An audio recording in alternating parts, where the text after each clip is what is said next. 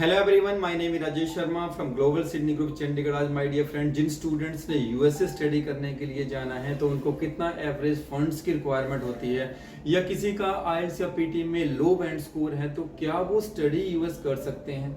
आज मैं ब्रीफ में वो सारी बातें इस वीडियो में डिस्कस करने जा रहा हूँ। अगर आपको ये वीडियो इन्फॉर्मेटिव यूजफुल लगे तो लाइक और शेयर करें, सब्सक्राइब करें हमारे चैनल को, ताकि स्टडी वीजा अपलोड के अपडेट आपको टाइम टाइम मिलते रहे।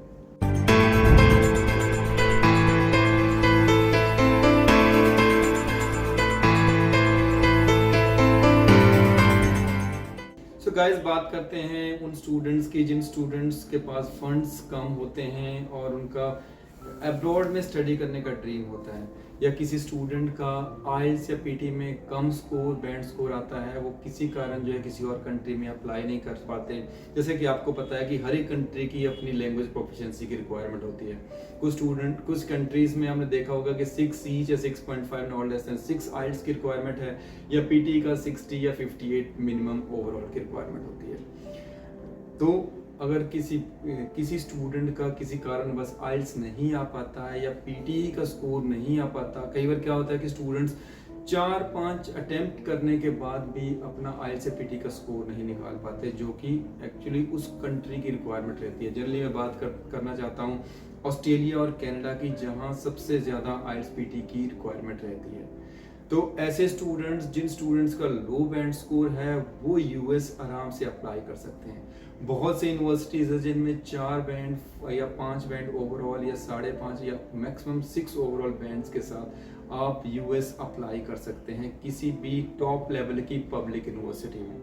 हमारे पास काफ़ी टॉप लेवल की यूनिवर्सिटीज, कॉलेजेस हैं जहां आप इजीली अप्लाई कर सकते हैं लो बैंड स्कोर के साथ। अब हम बात करता हूं मैं कि क्या जिस स्टूडेंट के पास फंड्स की शॉर्टेज है, सपोज मैं देखा होगा आप बहुत से स्टूडेंट्स का आता है कि स्टूडेंट्स ने आईएलटीएस या पीटी कर ली होती है और उसके बाद उसको फंड्स की शॉर्टेज आती है, वो किसी कारण बस जो है अपना ऑस्ट्रेलिया या कनाडा नहीं अप्लाई कर पाते। तो ऐसे स्टूडेंट्स जो है कम फंड्स के साथ, कम बैंड स्कोर फंड्स के साथ या अमाउंट के साथ भी यूएस अप्लाई कर सकते हैं इजीली, क्योंकि यूएस में जो है आपको जो एप्लीकेशन जो फीस जो है कॉलेज या यूनिवर्सिटी की है, वो वीज़ा अप्रूवल के बाद पे करनी होती है। तो आप इजीली अपना वीज़ा अप्रूवल अगर आपके हाथ में होगा, वीज़ा आपके हाथ में होगा, तो उसके बाद आप कई रास्ते निकाल सकते हैं फीस डिपॉजिट करने के लिए। पर इससे पहले अगर मैं बात करूं तो ऐसे टाइम में जब स्टूडेंट के पास फंड्स कम हैं, 3 लाख 4 लाख हैं और बच्चे ने अभी अरेंजमेंट नहीं किया है, तो ऐसे में लो बैंड स्कोर के साथ, कम पैसे के साथ आप यूएस आराम से अपनी ऑफर लेटर के लिए प्रोसेस कर सकते हैं और उसके बाद अपना I-20 के लिए प्रोसेस कर सकते हैं। And then followed by visa जो प्रोसेस है वो सारा करके अपना वीज़ा अप्रूव करके उसके बाद आपकी जो फीस का पार्ट चलता है वो आप अरेंज करके फिर अपनी फीस अपनी पे कर सकते हैं। अब बात करता हूँ कि जो यूएस का प्रोसेस है वो इजी भी है। आपने सुना ही होगा कि ऑस्ट्रेलिया अगर कोई भी स्टूडेंट अप्लाई करता है तो इट्स वेरी टाइम कंज्यूमिंग। आप फर्स्ट डे से लेके ऑलमोस्ट आपका 6, 7, 8 डेज मंथ लग जाते हैं एक एप्लीकेशन को प्रोसेस करने के लिए। आपको ऑफर लेटर तक भी पहुंचने के लिए आपको 15 डेज से 1 मंथ का टाइम लग जाता है अप्लाई करने के लिए, क्योंकि डॉक्यूमेंट्स पूरे नहीं हो पाते। केवल जीटी का फॉर्म, असेसमेंट फॉर्म जो है वो फिल करके देना होता है। कई कुछ यूनिवर्सिटीज़ की अपनी रिक्वायरमेंट्स है, कोई आईटीआरस मांगती हैं, कोई एसओपीज मांगती है।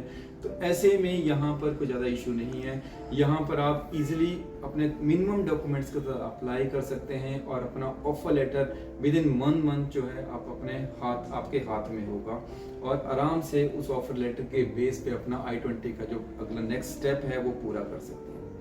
तो आप सोच सकते हैं कि कम टाइम कंज्यूमिंग होने के साथ साथ आपका वीज़ा इजीली निकल सकता है, और उसके बाद आपको कम पैसे होने के साथ आपके पास आप सिर्फ अप्लाई भी कर सकते हैं और वीज़ा आपके हाथ में होगा।